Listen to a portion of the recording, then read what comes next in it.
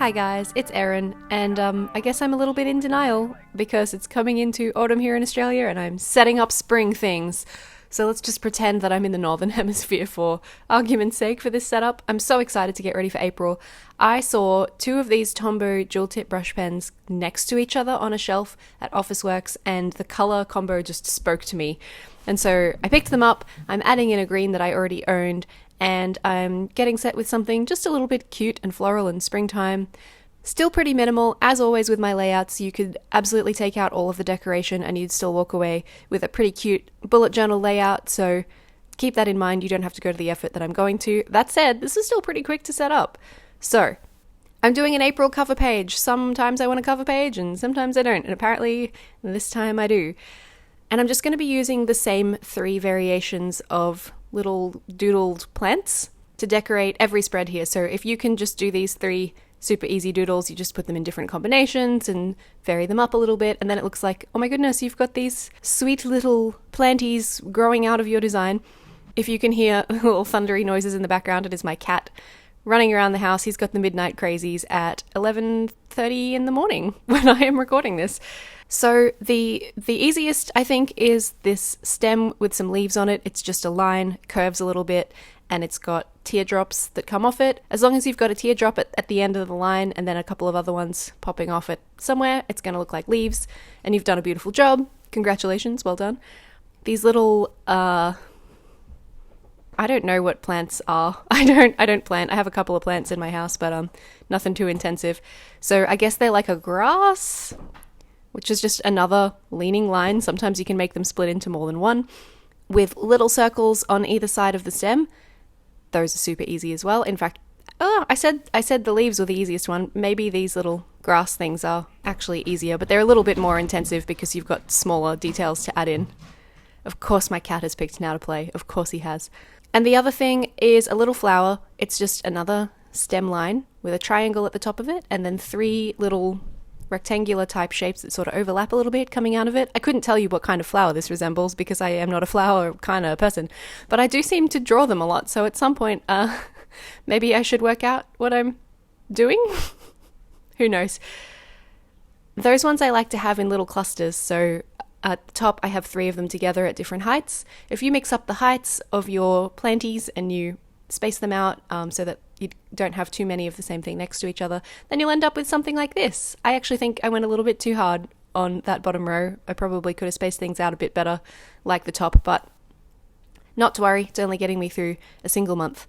So I've decided to allocate a specific colour to each of the plants. All of these little grassy reedy things are going to be yellow.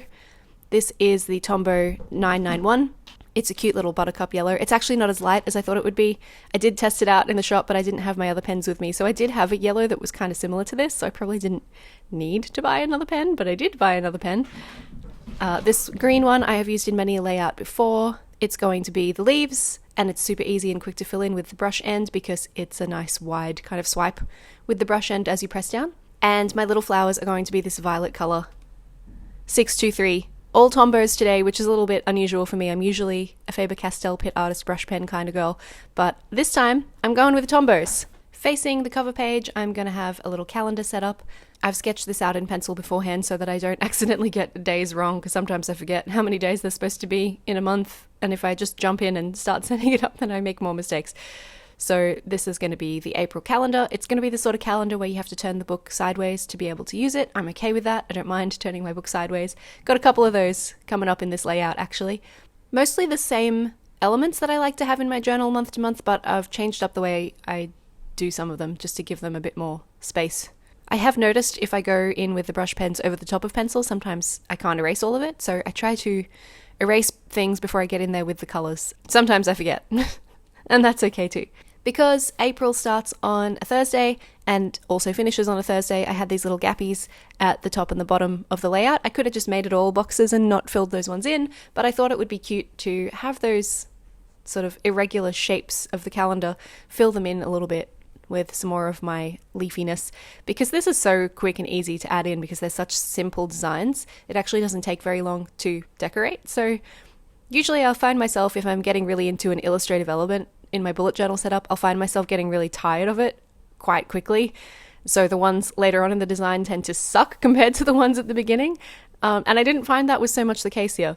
They also gave me a really good way to fix this line that I'd accidentally ruled a little bit too low. I'd gone one space too far down the page, so I just made it part of the stem of one of the flowers, and nobody ever needs to know except that you know, because I told you and you just watched me do it. The leaves are great because you can make them a little bit bigger, so they take up a bit more space, which means that it's a quicker thing to set up than maybe lots of little flowers. And I'm just making sure that I have one of each element introduced so that I have one of each color showing up on the page so that it looks consistent. Across all of the spreads, it looks like a deliberate kind of theme. Repetition is key in all of the arts. Just going to add some color. Really enjoying this lavender. This is like my color lately. I bought some loungewear in this color. I'm bringing it into the bullet journal. I kind of regretted making it the smallest element of the design, although maybe the little yellow thingies are smaller, who knows. But there's going to be some other opportunities to get the color onto the page in the next couple of spreads, so not too worried about it. I'm still going to get my purple and my yellow represented, and I'm kind of treating the green as, even though it's the most prominent in these little decorative elements because the leaves are the largest part of the decoration, it's not going to feature as prominently in the actual functional parts of the spreads that are to come, so I'm not mad at it. Sometimes I regret my life choices, but this one's okay. The great thing about the dual tip tombos is that you can switch between the ends, so I like using the pen end for the little reedy kind of grassy bits of decoration because it's easier to colour that in than sometimes you'll go outside the lines with the brush end because it can be so flexible. It's nice to be able to just swap between things sometimes. So I did remember to leave space for the name of each day of the week this time, and I've put a little yellow circle in the top left corner so that you can pop a number in there for each day of the week. I like my weeks to always start on a Monday. If you prefer a Sunday, then you can just set it up that way, and that is a-okay too. The next page is fully dedicated to gratitude, so for the past several months I've been doing just a word or two each day for gratitude in a kind of a column down the left side, and then having the habit tracker take up the rest of the spread, so it went across the center fold and spread over 2 pages. I thought, largely because of printable things, oh yeah, that's right, if you were keen on this layout and didn't want to set it up yourself, it is available as a printable on my Etsy store. There's a link to that in the description down below if you want to have a look. Because of that, I thought maybe not everybody is going to necessarily always want a gratitude habit tracker dual spread together. So I thought I'd separate them this time for people who maybe want a gratitude tracker but not a habit tracker, or maybe want a habit tracker and not a gratitude tracker, so that you can just print the relevant page and then not have a bit of the book that you don't use, if that makes sense. And this is also going to give you more of a chance to add more detail, I suppose, to your grateful moment. I'm going through and highlighting each one of these, so I should explain it, but I think it kind of makes sense probably from the way that I'm highlighting it. Each of the days gets its own 2 lines, and I've just added the number on the dotted kind of center mark of those 2 lines so that things are spaced out nicely. So I'm highlighting every second one with the yellow Tombow pen. I'm just going to go in and add in my decoration at the top now. I wanted to separate it from what's below with the line so that there's somewhere for my little planties to sprout from, and kind of to match in with that first page. I was using this as a chance to think about whether I wanted to get in there and add the purple in the opposite spaces, so the 2nd, the 17th, the 4th, the 19th, so on and so forth down the page. And I decided I was going to go for it. It's a lot going on. I like the contrast of these 2 colors, so I'm enjoying it, but if you didn't want to do this, you could highlight only every second one to make it easier to see where you're writing, or you could highlight none of them at all. You could just add in lines. Whatever works best for you is absolutely a-okay, because that's what bullet journaling is all about, making sure that you have a planner set up that works for you, that you can customize, and then as your life changes and adapts, so can your journal. The next one's the habit trackers, so in order to fit 30 days all the way across the page, I have rotated the book sideways. Just going to go back in and add the initial for each day, because I find this really helps me. I'll be like, what did I do on the 18th? And then I don't know what day the 18th was, so I've got no idea. But if you ask me what did I do on Saturday, then, all good. I'm still using the design of my previous habit tracker layouts from previous months, where I'm just drawing a line across to represent, I guess, the graph of the track, and I'll just pop a dot or color in the box above to say that I did the habit on that day. I decided to move it down 1 box from what I had drawn out in pencil, which is why things aren't really lining up with my pencil. I didn't want to get in there with that really heavy black pen for the lines this time. I just felt like that was a bit too much, so I've alternated my colours again so that things tie in with the opposite page. And then I'm just going to add one of each of my little doodles on the left side here to tie this page into the others. There isn't really much space for decoration, so I didn't want to go too crazy on this one because it's going to end up a fairly busy page.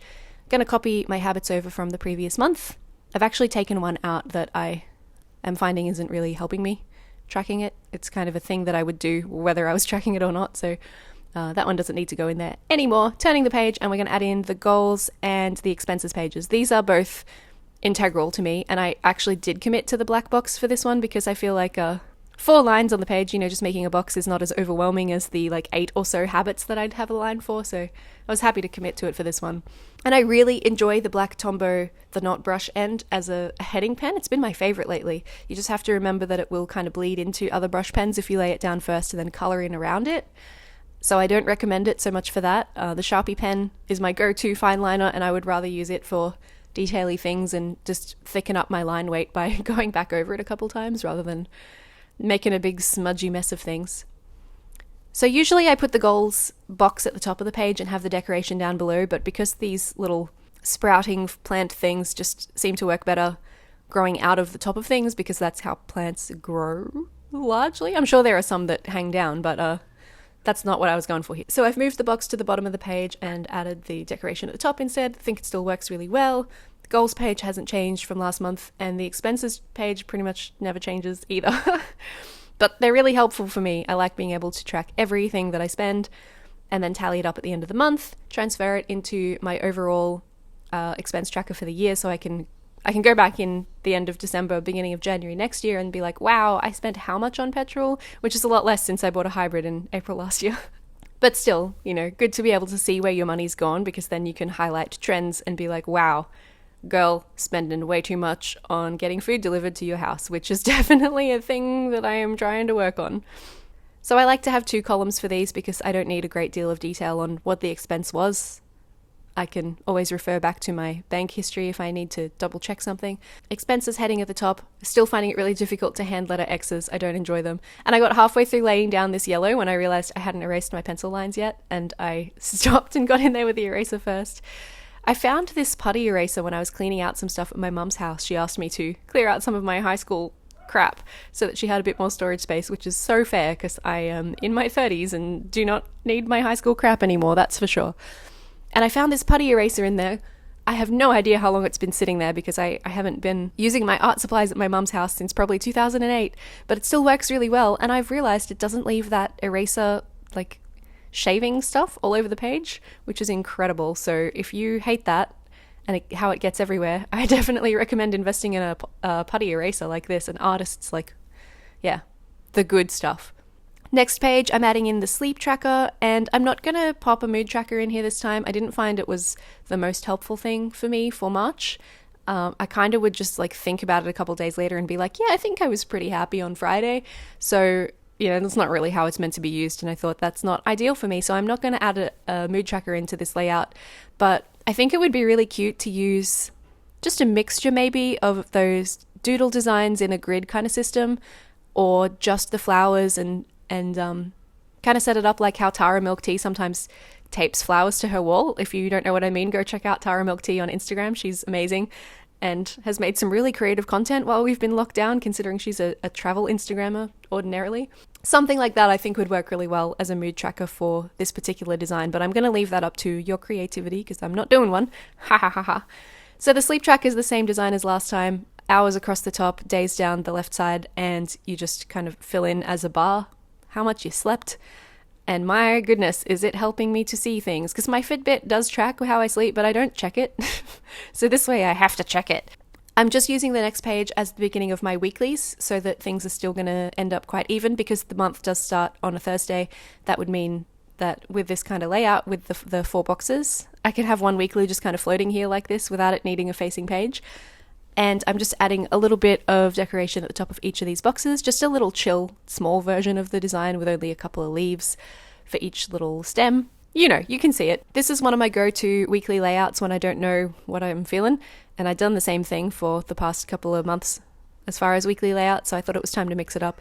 I'm not actually going to go ahead and show you what this looks like across a double page spread, because I think it's pretty easy to imagine. So it's just this again across the other page, the same thing, except the last one will be notes or like a running to-do list or something like that. Since there are only 7 days to keep track of, it would just be, yeah, the same thing again. You can picture it. I'm sure you can picture it. I love how simple that weekly has turned out though. And that's it for this month. Here is the final flip through. I hope you've enjoyed watching this video. Once again, this whole layout is available for any month in any year, not necessarily for April 2021 like I'm using it, but it is available as a printable on my Etsy store, so you can download it, print it out, stick it in your book, have all of the joy of this particular bullet journal layout without having to put any of the effort in yourself, which is always nice. You can also find more bullet journal videos on my channel. Please subscribe if you'd like to see more of this kind of thing. I'd love to hang out with you. Every month I do this, so we can hang out. I'll catch you again in another video soon. Thank you so much for spending this time with me, and I'll see you later. Bye! I seen you cry at my door. When I'm not taking you back, you talk about giving me more, but it won't work this time, it won't hurt this time. You thought you was fighting the battle, but baby you was trying to fight in the war. You can't leave without saying goodbye. You can leave without saying goodbye.